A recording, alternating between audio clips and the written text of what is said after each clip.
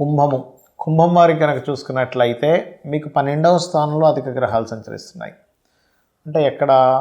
మీ రాశి నుంచి 12 అంటే మకరంలో, మీది కుంభరాశి. లగ్నంలో రాహు సంచారం జరుగుతుంది. ధనస్థానంలో ఏలినాటి శని నడుస్తూ ధనస్థానంలో శని ఉన్నాడు. మరియు అదేవిధంగా పంచమ గురువు, సప్తమ స్థానంలో కేతు.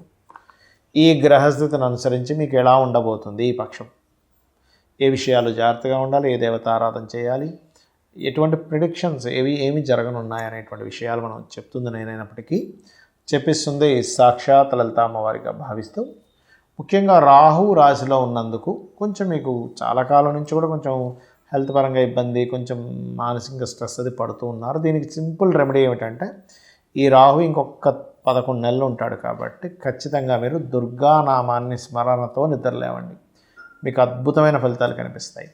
ఇక ధనస్థానంలో గురువు శని ఉన్నాడు, ధనాధిపతి వెళ్ళి పంచమంలో ఉన్నాడు. దీనివల్ల ఏంటంటే కొంచెం టీచింగ్ ట్రైనింగ్ ఇలాంటి లైన్లో ఉండేటువంటి కొత్త ఉద్యోగ అవకాశాలు వస్తాయి.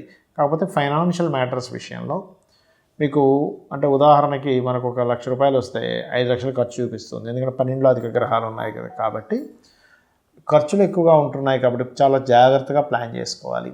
కాకపోతే ఈ 12వ స్థానంలో అధిక గ్రహాలు ఇంకొక గొప్ప పాజిటివ్ ఫలితం కూడా ఇస్తుంది. ఏమిటది అంటే, విదేశాలకు వెళ్ళాలి అని ప్రయత్నం చేసేటువంటి వారికి ఇప్పుడుండే గ్రహస్థితి ఈ పక్షం ఫలితము చాలా అవకాశాలను ఇప్పిస్తుంది ఇక్కడ. అలాగే మరొక విషయం ఏంటంటే, మీరు కొంచెం వద్దన్నా ఖర్చు పెట్టాల్సిన పరిస్థితి, తండ్రి గారి ప్రాపర్టీ కూడా వస్తుంది అధిక గ్రహాలు 12లో ఉన్నప్పుడు, గుర్తుపెట్టుకోండి. సో ఇలాంటివన్నీ కూడా కలిగిస్తుంది. ఉపాసనా మార్గంలో వెళ్ళేటువంటి వారికి మంచిదే. ఏదైనా సేవా సంబంధించిన వాటి మూలంగా కూడా చాలా మటుకు తరిస్తారు.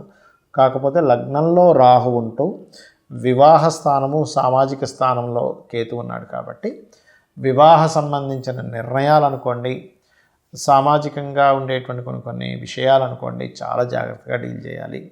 వివాహం విషయంలో తొందరపాటు నిర్ణయాలు అస్సలు పనికిరాదు. అందులో ప్రధానంగా మీరు ఎట్టి పరిస్థితుల్లో కూడా ఈ నెల మంగళ ఆదివారాలు ఎటువంటి నిర్ణయాలు తీసుకోకండి, వివాహ నిర్ణయాలు. అదేవిధంగా 21, 22 తేదీలు కాస్త జాగ్రత్తగా ఉండండి హెల్త్ విషయంలో అండ్ వాటర్ ప్లేసెస్కి వెళ్ళినప్పుడు. 23, 24, 25 తేదీలు మనీ మ్యాటర్స్ విషయంలో ఖచ్చితంగా జాగ్రత్తగా ఉండండి, గుర్తుపెట్టుకోండి.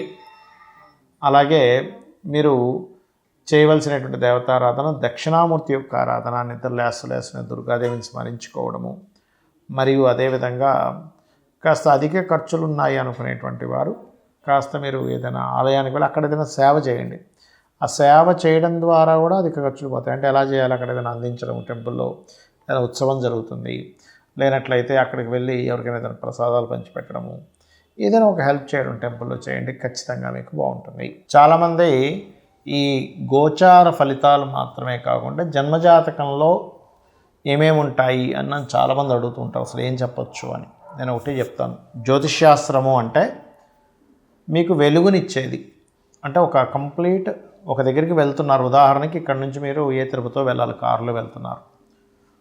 ఎటు వెళ్ళాలో మీకు రూట్ తెలియకపోతే మీ దగ్గర గొప్ప కారు ఉన్నా, ఎంత కాస్ట్లీ కారు ఉన్నా, అందులో ఎంత ఫ్యూల్ ఉన్నా, మీకు ఎంత చక్కగా మీకు డ్రైవ్ చేయడం వచ్చినా మీరు వెళ్ళలేరు, మీ దగ్గర ఎన్ని డబ్బులు ఉన్నాయి. ఎందుకంటే రూట్ తెలియాలి ఫస్ట్.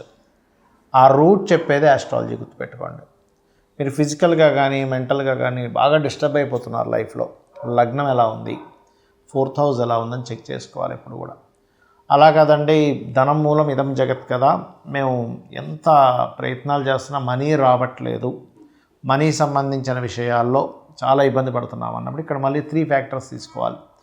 ఒకటి, మీరు ఏ రంగాల్లో ఉంటే మీకు డబ్బులు వస్తాయి, అది వ్యాపారమా లేకపోతే ఉద్యోగమా, అదే ఉద్యోగం అయితే ఇక్కడ చేయాలా విదేశాల్లో చేయాలా, లేనట్లయితే వ్యాపారం అయితే ఎటువంటి వ్యాపారం, సర్వీస్ ఓరియంటెడ్ వ్యాపారమా, ఆన్లైన్లో చేసే వ్యాపారమా, ఇంటి నుండి చేసే వ్యాపారమా, లేకపోతే ఎవరికైనా మధ్యవర్తిత్వంగా ఉండేది చేసేది. అందులో ఏ సెక్టార్స్ మీరు చూడండి. ఒక్కోసారి మనం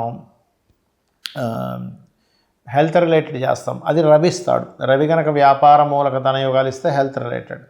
ఇది కేవలం వ్యాపారానికనే కాదు, మీరు ఏదైనా చదివేటప్పుడు కూడా చూసుకోవాలి, మెడికల్ లైన్లోకి వెళ్ళాలా, ఇంజనీరింగ్ సెక్టార్స్లోకి వెళ్ళాలా, ఇందులోకి వెళ్ళాలని. అవి గనక చూసుకున్నట్లయితే ఖచ్చితంగా బాగుంటుంది. అలాగే మరొక విషయం ఏంటంటే, ఇక్కడ ఇవి కేవలం ధనం మాత్రమే అన్నట్టు కాకుండా మనం పాస్ట్ లైఫ్లో చేసుకున్న కర్మ ఏమిటి, ఎటువంటి కర్మలు చేయడం మూలంగా ఇంత గొప్ప అవకాశాలు వస్తున్నాయి, అదేవిధంగా ఎందుకు ఇంత ఇబ్బంది పడుతున్నామని ఒక క్లారిటీ ఇస్తుంది. మరి తెలుసుకోవడం వరకే ఉంటుందా అంటే కాదు, చాలా చాలా చిన్న ఎందుకంటే మనకి కలియుగంలో కలి సాధువు అంటూ ఉంటారు. అంటే కలియుగంలో మనం కేవలం నామస్మరణ ద్వారా మన యొక్క దోషాలను తొలగించుకోవచ్చు. అంటే ఒక నామం, మీరు ఏ గ్రహం ద్వారా మీకు ఇబ్బంది కలుగుతుందో ఆ గ్రహం యొక్క అధిష్టాన దేవత తీసుకొని ఆ అధిష్టాన దేవత నామస్మరణ చేసుకుని సరిపోతుంది. అది మీకు ఉండేటువంటి సమస్యని బట్టి, మీరు పూజంలో చేసుకున్న కర్మని బట్టి, మీకు ఏ గ్రహం అసలు భూతత్వ రాశుల్లో ఉందా, అగ్నితత్వ రాశుల్లో ఉందా, జలతత్వ రాశుల్లో ఉందా, వాయుతత్వ రాశుల్లో ఉందా తీసుకొని ఇలా ప్రతి ఒక్కటి ఉంటుంది ఆస్ట్రాలజీలో. అంటే ఒక గృహం కొనుక్కుంటున్నాం, ఆ గృహము ఏ దిశ ఉన్న గృహాన్ని కొనుక్కుంటే మంచిది, దాన్ని 2 రకాలుగా క్యాలిక్యులేట్ చేస్తారు. అంటే మీ పేరులో ఉండే అక్షరాలని ముందు మీ పేరులో ఉండే మొదటి అక్షరాన్ని, అదేవిధంగా మీకు గ్రహస్థితి, మీ జన్మజాతకంలో ఉండేటువంటి గ్రహాల యొక్క స్థితిగతుల్ని తీసుకొని చూస్తారు. అయితే ఇక్కడ మీరు ఒకటే గుర్తుపెట్టుకోండి, ఎప్పుడు కూడా జ్యోతిష్శాస్త్రం అనేటువంటిది భయపెట్టేదో భయపడేదో కాదు. అది మీకు వే చూపించేది. ఒక దగ్గరికి వెళ్ళాలంటే ఎలా అయితే మనకి రూట్ తెలిస్తే ఎలా వెళ్ళి మన డెస్టినేషన్ ఎలా రీచ్ అవుతామో, సేమ్ యాజ్ ఇట్ ఈజ్ మన జీవితంలో అనేకమైన సమస్యలు ఉంటూ ఉంటాయి. అన్నదమ్ములతో గొడవలు ఉంటాయి, లేకపోతే అప్పుల పాలవుతూ ఉంటాము, రోగగ్రస్తులం అవుతూ ఉంటాము, లేకపోతే ఇల్లు కొనుక్కోలేకపోతుంటాము, మంచి ఉద్యోగంలో జాయిన్ అవ్వాలంటే అవ్వలేకపోతుంటాం, వ్యాపారం సాగదు, ఒక్కోసారి సంతానం కలగదు, లేనట్లయితే తెలిసిన వాళ్ళతోనే గొడవలు అవుతుంటాయి. ఇట్లా అనేకమైన సమస్యలు ఉంటాయి. అసలు ఆ సమస్య యొక్క రూట్ కాజ్ ఏమిటి, మీరు ఏ మంత్రము చేసుకుంటే, కొంతమంది చూడండి, నేను మంచి చెప్పినా చెడైపోతుందండి, నేను ఎవరితో ఏం మాట్లాడినా ఇబ్బంది వస్తుందండి అంటూ ఉంటారు. అప్పుడు చాలా సింపుల్గా మీ 3rd లార్డ్ ఎలా ఉన్నాడో చెక్ చేసుకుని, 3rd హౌస్ లార్డ్ ఎక్కడున్నాడు, ఎలా ఉన్నాడు, ఏ నక్షత్రాల్లో ఉన్నాడు, నవాంశ వర్గ చక్రాల్లో ఎక్కడున్నాడని దాన్ని క్లియర్గా తీసుకొని దానికి చాలా సింపుల్గా దాన్ని పరిహారం చేసుకోవచ్చు. లేదు ఇవన్నీ నాకు తెలియవు అని అనుకుంటే కనుక ఓం కర్పూర బీటి కామోద సమాకర్ష దిగంతరాయే నమః అనే మంత్రం కనుక చేసుకున్నట్లయితే ఖచ్చితంగా బాగుంటుంది మీకు. ఆ రకంగా ఏంటంటే మీరు ప్లాన్ చేసుకోగలగాలి. మరి పర్సనల్ చార్ట్ ఇలా అయితే మరి గోచారం ఎందుకు చెప్పుకుంటున్నాం మనం, పక్ష ఫలితాలు, వార ఫలితాలు, మాస ఫలితాలు అని అంటే బయట ఉండేటువంటి కాలము, బయట ఇలా వాతావరణం ఉంది, సో మనం స్వెటర్ వేసుకొని వెళ్ళాలనుకుంటాం కదా, చల్లగా ఉంటే, బాగా ఎండగా ఉంది, అప్పుడు ఆ స్వెటర్స్ అవి వేసుకోం, సింపుల్గా గొడుగు పెట్టుకుని వెళ్ళిపోతాం. అలా ఏంటంటే బయట ఉండే వాతావరణం, ఒక బిజినెస్ మనం అనుకుంటున్నాం, బయట అసలు ఈ బిజినెస్కి ఎంత మార్కెట్ ఉంది, డిపెండ్ ఆన్ మార్కెట్ బట్టి ఉంటుంది. ఎంత బిజినెస్కి ఎంత వాల్యూ ఉంది, ఎంత ఇంప్రూవ్మెంట్స్ ఉన్నాయి, ఎలాంటి అప్డేట్ తీసుకురావాలి, అసలు ఇప్పుడు చేయాలా వద్దా, ఇప్పుడు ఇన్వెస్ట్మెంట్ చేయాలా వద్దా అని అనాలిసిస్ చేస్తాం మనం ఒక బిజినెస్ చేసేటప్పుడు. అదే బిజినెస్కి కనుక అద్భుతమైనటువంటి గ్రోత్ ఉంది, చాలా డిమాండ్ ఉందనుకోండి, ఎలా పెట్టినా నడిచిపోతుంది. కానీ బిజినెస్ డెవలప్మెంట్స్ లేవు, అంత ఇది లేదు, డిమాండ్ లేదన్నప్పుడు దాన్ని ఇన్నోవేటివ్గా తీసుకెళ్తాం. అలాగే బయట ఉండే వాతావరణం అంటే బయట గోచార గ్రహాలు, గోచార ఫలితాలు అనేటువంటివి మీ యొక్క రాశికి లేదా మీ లగ్నానికి, మీ భావానికి ఎంతవరకు సపోర్టివ్గా ఉందని చెప్పేది కాలము.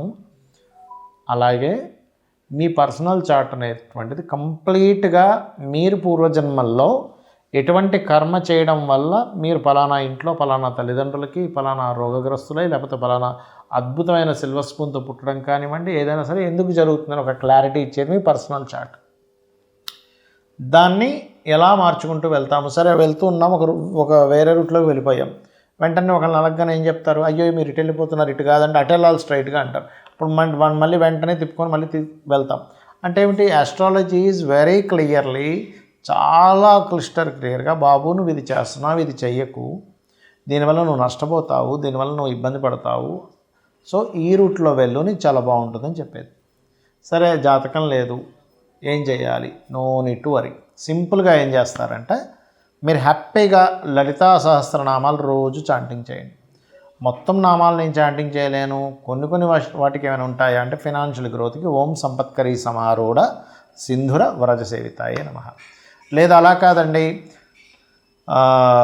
కెరీర్ పరంగా మాకు గ్రోత్ రావాలి, చక్కగా మీరు ఓం మాణిక్య మకుటాకార జానుద్వయ విరాజితాయే నమః చేసుకోవచ్చు. లేదు బిజినెస్ ఇంప్రూవ్మెంట్స్ కావాలి, ఓం ఇంద్రగోప పరిక్షిప్త స్మరతోనా భజంగికాయ నమః.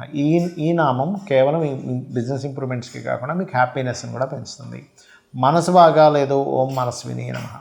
ప్రతిదీ మధ్యలో ఆగిపోతుంది, ఓం అష్టమీ చంద్ర విభ్రాజ అలిక స్థల శోభితాయే నమః. ఇలా ఒక్కొక్క నామాన్ని మనకి లలితా సహస్రనామం, లలితా అమ్మవారిలో నుంచి బయటకు వచ్చినటువంటి వసిన్యాది వాగ్దేవతలు 8 కిరణాలుగా బయటకు వచ్చి చెప్పారంటే అది వేదంతో సమానం, ఈక్వల్ టు అమ్మవారు చెప్పినట్టే.